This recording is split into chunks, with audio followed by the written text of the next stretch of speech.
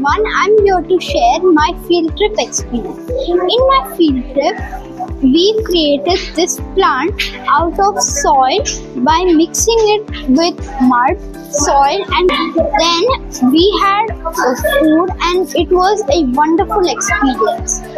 Thank you. The field trip was amazing, and we learned about plants. And made a plant called Kokidama. Thank you. We gone to Vasudha. We played so many games, and we planted plants, this flower, and we ate some food there. It was so fun. Experience was amazing over there, and we had lots of fun making this plant by ourselves, and that was an amazing experience, and we had lots of fun. Thank you. First, when we entered, there we learned about different types of plants. Then we learned about different types of mushrooms. We enjoyed there so much. Thank you.